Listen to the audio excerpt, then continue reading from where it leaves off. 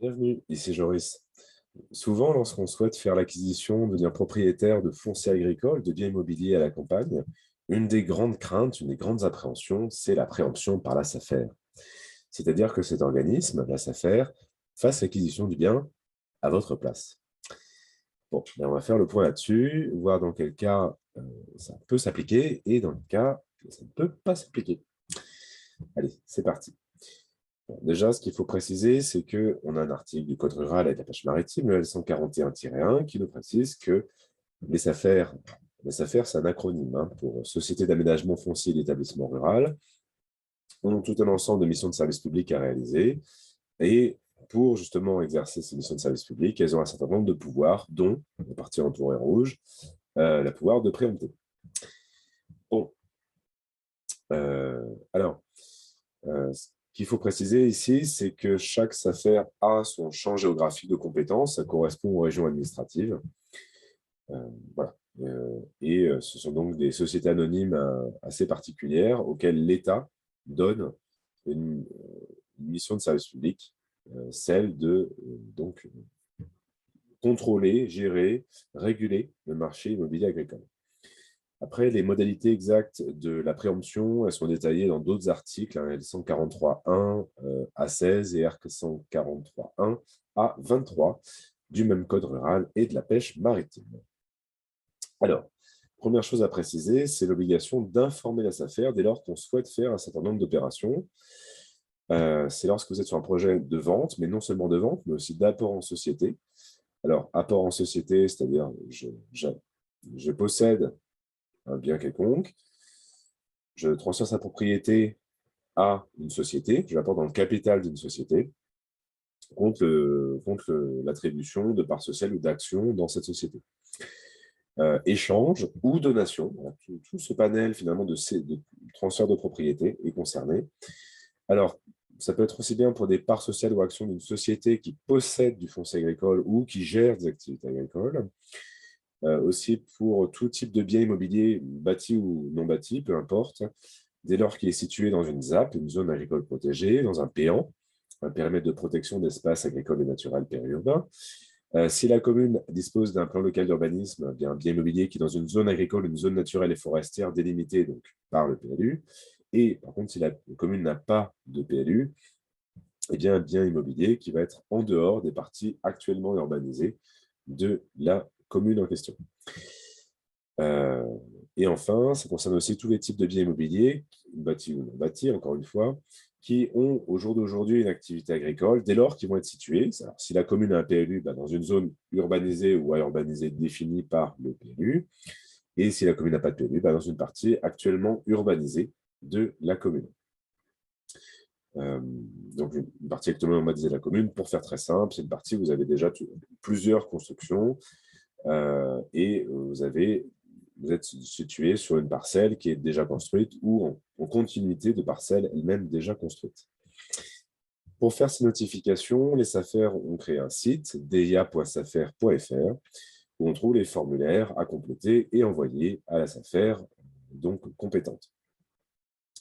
Alors, on va noter que pour toutes les affaires de vente, apport en société, échange de donations, il y a un bien immobilier, il faudra nécessairement faire appel à un notaire. Donc, dans ce cas-là, c'est le notaire qui se chargera de cette formalité.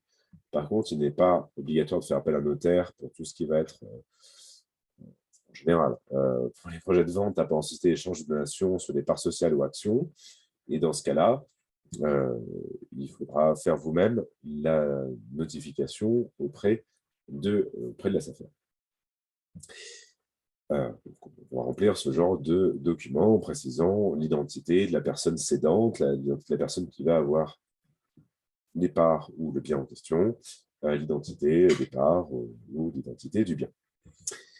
Bon, alors, la SAFER doit être informée donc, de toutes ces informations, de ces opérations. Ça ne veut pas dire qu'elle peut préempter dans toutes ces opérations.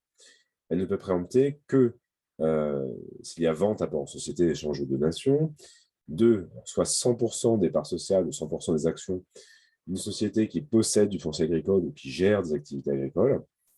Si c'est en deçà de 100%, ça n'est pas dans le champ de préemption de la SAFER, même 99%, ça n'est pas dans le champ de préemption de la SAFER. Si on est sur un bien immobilier qui est situé dans une ZAP, un péant, en zone agricole, zone naturelle et forestière, ou hors des parties actuellement urbanisées de la commune, en dehors des bois et forêts.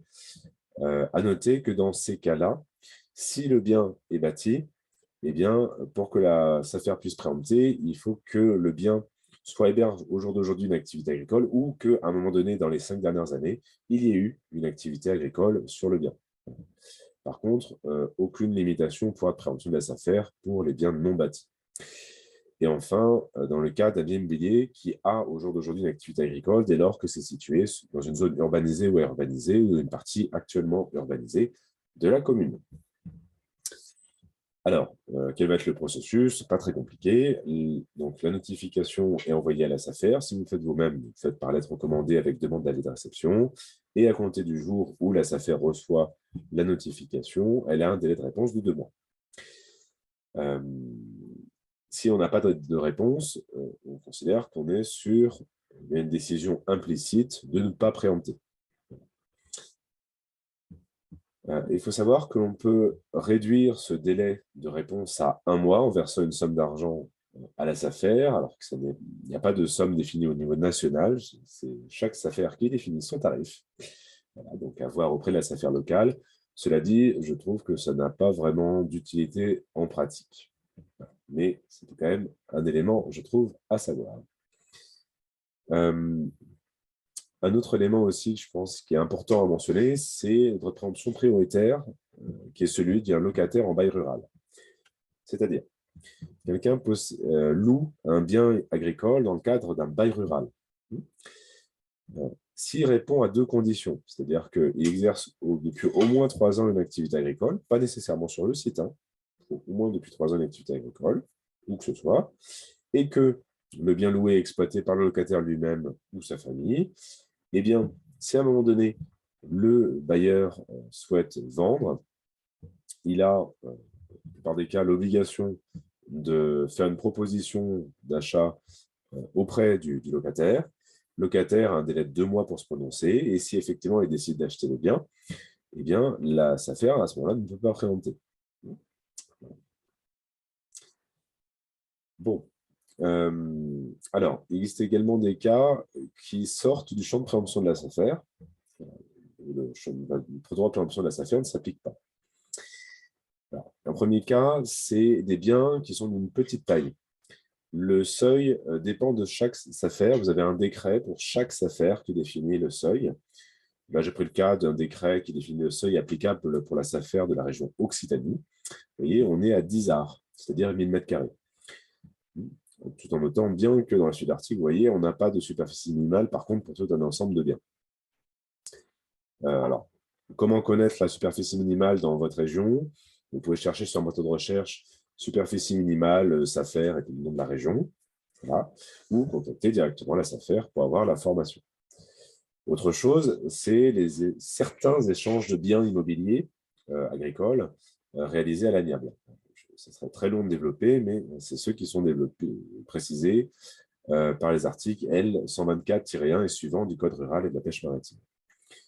On a aussi ce qui va être la donation de parts sociales, donation d'actions, donation de biens immobiliers. Dès lors que ça vient au sein d'une famille, c'est-à-dire entre ascendants et descendants, entre membres d'une famille, jusqu'au 6e degré de parenté inclus, entre époux ou partenaires d'un PACS, ou entre une personne et les descendants de son conjoint ou les descendants de son partenaire de PACS, ou entre ses descendants eux-mêmes. Voilà. Ces 4 donations-là ne sont pas soumis au champ de préemption de la SAFER. Autre cas aussi, c'est si vous faites l'achat d'un bien en viager.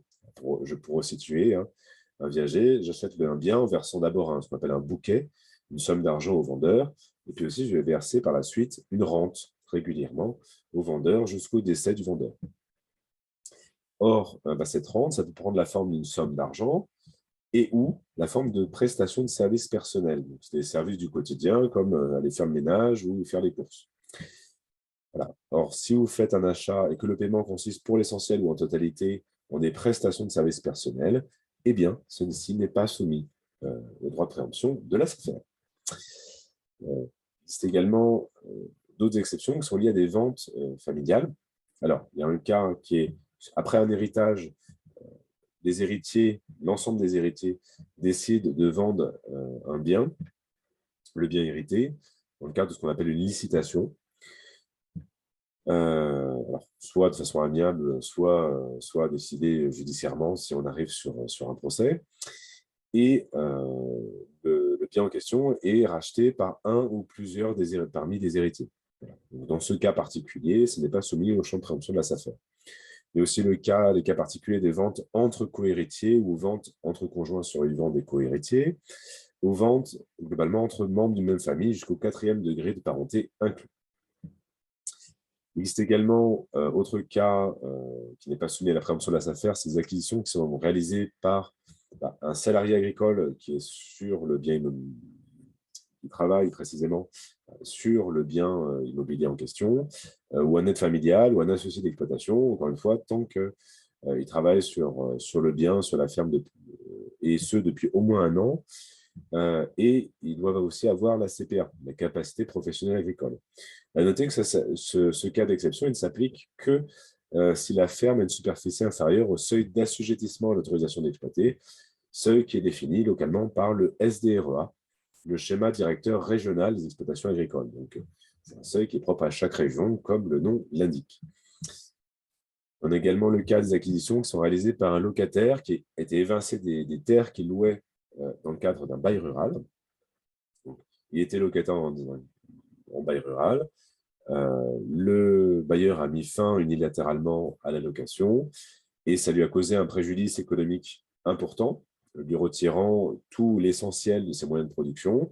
Et dans ce cas-là, il peut rebondir en achetant du foncier agricole et sans être inquiété par le pouvoir de préemption de la SAFER.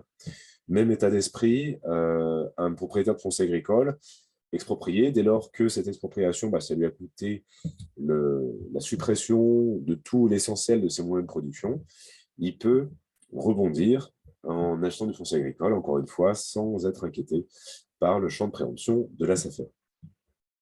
Il y a d'autres cas encore qui ne sont pas dans le champ de préemption de la SAFER, ces acquisitions qui sont destinées à la construction. Alors, quand on dit construction, sous-entendu, c'est en dehors de tout ce qui va être lié à l'agriculture, en dehors des bâtiments techniques agricoles et du logement de l'agriculteur.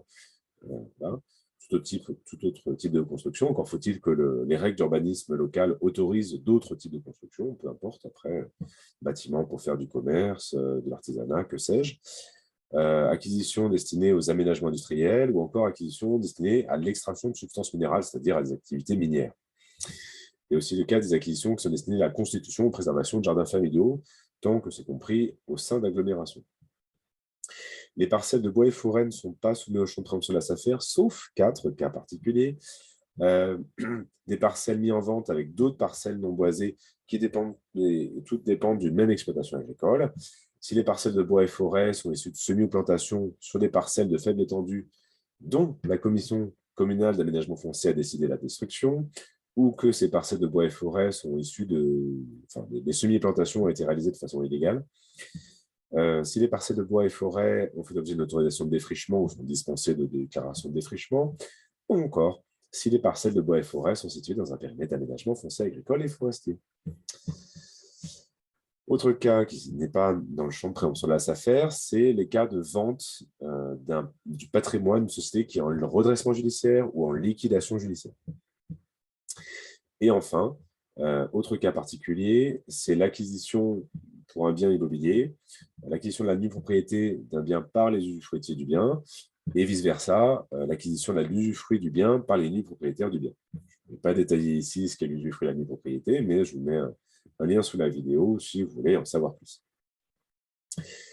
Bon, à noter qu'il y a un ensemble de sanctions prévues si la notification à réaliser n'est pas faite.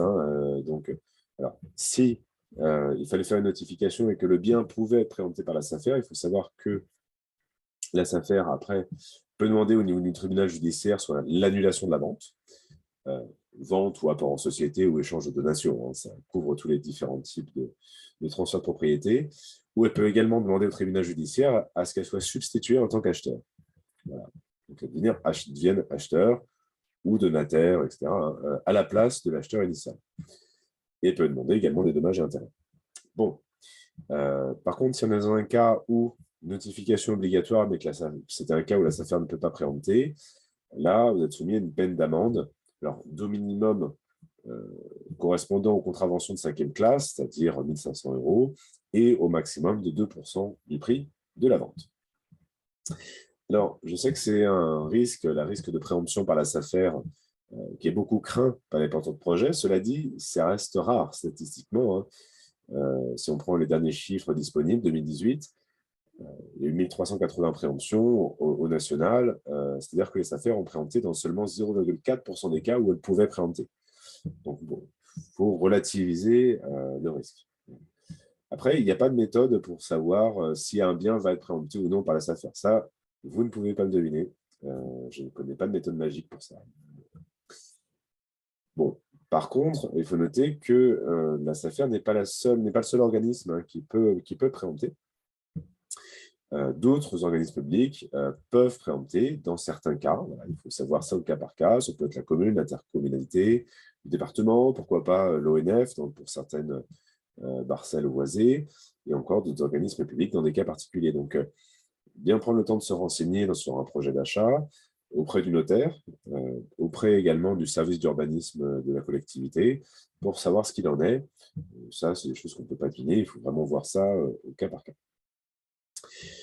Et parfois, il arrive qu'on ait plusieurs préemptions qui se cumulent, c'est-à-dire que tel organisme va avoir un temps de réponse pour préempter, puis s'il ne préempte pas, après, il y aura un temps pour tel autre organisme pour qu'il donne sa réponse sur la préemption. Alors, on peut avoir des cas de figure de cumul de préemption sur un même bien. Voilà, écoutez, en tout cas, j'espère que ça vous aura permis d'y voir un peu plus clair dans cette histoire. Je développe là-dessus 2 formations en ligne. Trouver son habitat où ça faire. Moi, je parle plus globalement de tout le processus d'achat de A à Z d'un bien immobilier pour mener un projet d'habitat ou un projet agricole. Et puis, dans la formation, le b.a.-ba du droit agricole, qui porte tous les fondamentaux à connaître pour se lancer dans un projet agricole, entre autres les statuts socio-agricoles, les différents types de structures juridiques à mettre en place, qu'est-ce qu'on peut construire en zone agricole, etc. J'aborde aussi ces questions juridiques dans la formation présentielle Créer sa ferme maraîchère en permaculture. J'aborde aussi bien d'autres sujets, les techniques de maraîchage. On va faire des travaux pratiques aussi en extérieur, découvrir une ferme maraîchère avec un programme bien dense sur 3 jours. Prochaine édition prévue du 17 au 19 juin 2022 à la ferme des Hauts-Roseaux, une ferme en sol vivant, en maraîchage sol vivant, donc dans le nord-est de la Loire-Atlantique, à Pancy. Voilà, évidemment, je vous mets les liens vers tout ça en dessous de la vidéo. Et ben voilà, écoutez, j'espère que ça vous a permis en tout cas d'y voir plus clair. J'ai plus d'informations à trouver dans mes ouvrages de vulgarisation sur le droit. Voilà, voilà. Eh bien, écoutez, bon courage en tout cas dans vos projets, et puis je vous dis à très bientôt.